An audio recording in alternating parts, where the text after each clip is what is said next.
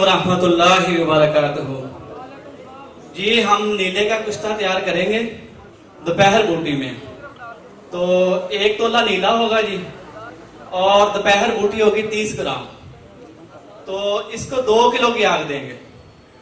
तो ये नीला निकलेगा सफेद कलर का और उसका करंट भी पूरा होगा।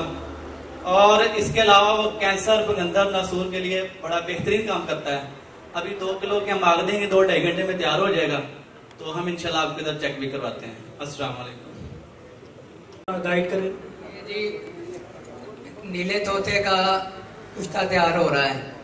इसमें हमने सफ़ेद फूल वाली दोपहर बूटी का नुकदा ऊपर नीचे रख के दरमियान में नीला तोते की डली रखी है। उसके बाद हम कपड़वट्टी कर रहे हैं और इसे आग देंगे और उसके बाद ये तैयार हो जाएगा। 2 किलो की आग देंगे तो 2-3 घंटे में ये प्रोसेस पूरा हो जाएगा। बूटी दोपहर बूटी सफ़ेद फूल वाली दोपहर बूटी जी दोपहर नहीं होंगी, एक गुलाबी, एक पीली, एक सफ़ेद। सफ़ेद चाहिए यहो जी कर रहे हैं काम आगे वो देखी जाओ। ये आपने इनका प्रोसेस देखा।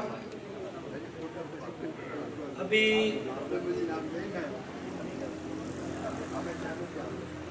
हकीम बिलाल साहब आप अपनी तैयारी करें, आके अभी आपकी बारी आने वाली। आज तशरीफ ले तो